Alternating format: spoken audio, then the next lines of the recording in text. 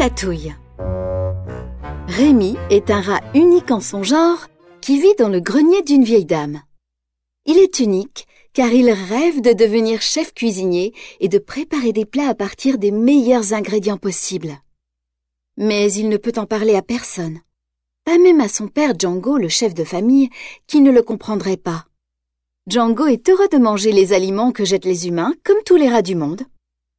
Mais Rémi a des goûts sophistiqués et il adore particulièrement fouiner dans les épices de la cuisine.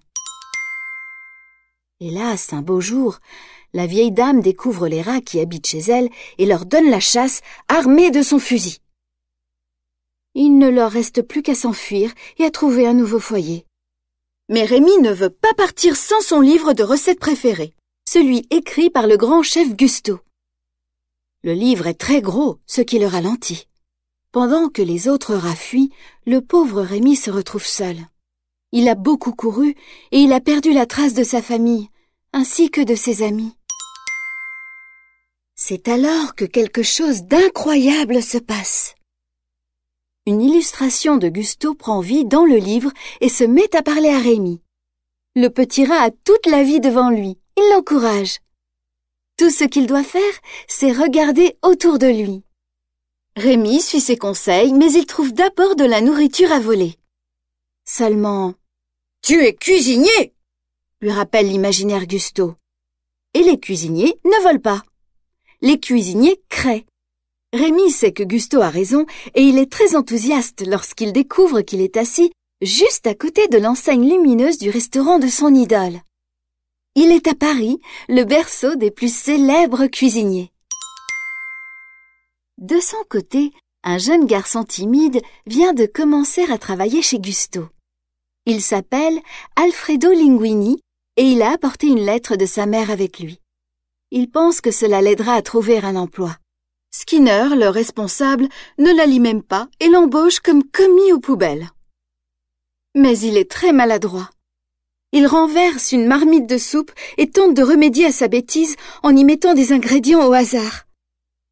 Rémi, qui est tombé par erreur dans la cuisine et qui veut s'enfuir, n'en croit pas ses yeux.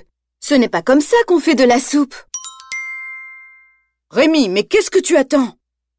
Lance l'imaginaire Gusto, encourageant le petit rat à rattraper la bêtise de Linguini. Rémi agit comme il le lui a suggéré. Sans être vu, il ajoute les bons ingrédients à la soupe. Il la sent et... elle est délicieuse. Malheureusement, Linguini l'a vue, et Skinner aussi. Rémi se retrouve enfermé dans un pot. Le responsable hurle au garçon de s'en débarrasser sur le champ.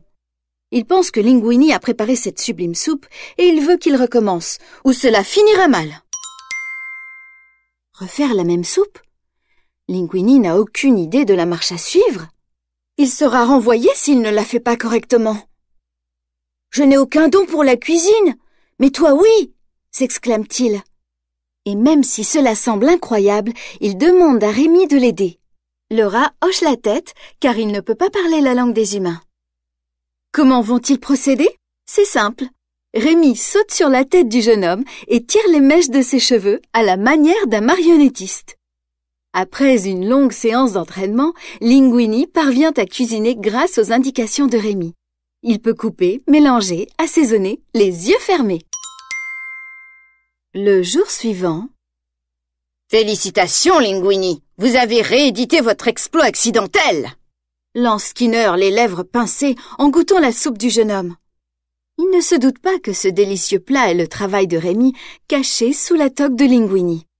À contre-cœur, Skinner demande à Colette, une autre cuisinière, d'enseigner à Linguini les rudiments de la cuisine. C'est alors que Skinner lit la lettre que le jeune homme lui avait apportée.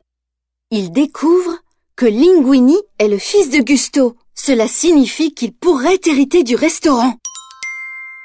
Désireux de garder le restaurant pour lui, Skinner tente de cacher la vérité. Mais Linguini ne tarde pas à tout découvrir. Le restaurant lui appartient.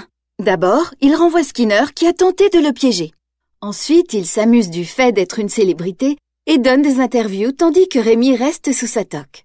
Désormais, tout le monde parle de son restaurant. Mais la nourriture est-elle si délicieuse qu'on le dit? Anton Ego, le célèbre critique culinaire, en décidera par lui-même. Linguini n'est plus le garçon timide qu'il était jusque-là. Et lorsque Rémi tire sur ses cheveux un peu trop fort pendant qu'il cuisine, il éclate et retire sa toque. Il n'est pas une marionnette, se plaint-il. Skinner, qui continue de le surveiller, découvre le poteau rose. Le cuisinier est un rat. Il décide de kidnapper Rémi pour l'utiliser à ses propres fins. Mais c'était compté sans le fait que Rémi a une famille. Son père Django l'aime beaucoup et ne permettrait pas qu'on lui cause des problèmes. Il le libère avec l'aide d'Émile, le frère aîné de Rémi. Aussi rapide que l'éclair, Rémi se précipite au restaurant pour aider Linguini. Mais Colette et les autres cuisiniers le voient. Tous sont stupéfaits. C'était donc le rat qui cuisinait depuis tout ce temps. Blessés et déçus, ils rendent leur tablier alors que le restaurant est bondé et que le redoutable Antonego est dans la salle. Rémi et Linguini ne pourront pas tout faire seuls, à moins que... « On a le sens de la famille !» lance Django qui apparaît avec les autres rats. « Tu vas nous dire ce qu'il y a à faire et le boulot sera fait !» Ils se mettent au travail. Mais une autre surprise les attend. L'une des employées change d'avis. C'est Colette. Elle revient au restaurant car elle aime beaucoup Linguini et elle a compris qu'un rat peut aussi être un grand cuisinier. Elle feuillette le livre de recettes avec Rémi et l'aide à faire une ratatouille, un délicieux plat de légumes. Dans la salle, le grand moment est arrivé. Antonego goûte le plat et reste sans voix. Elle est absolument délicieuse. Le rêve est devenu réalité. Le célèbre critique a adoré le plat. Pour Rémi, c'est la plus belle récompense qu'il ait jamais obtenue. Et il est tout aussi ravi quand il ouvre son nouveau restaurant, qui est très fréquenté. Colette l'aide en cuisine, Linguini sert les clients et son père Django goûte avec joie ce que Rémi prépare. Gusto avait raison. Ce petit rat cuisine à merveille. C'est un véritable chef.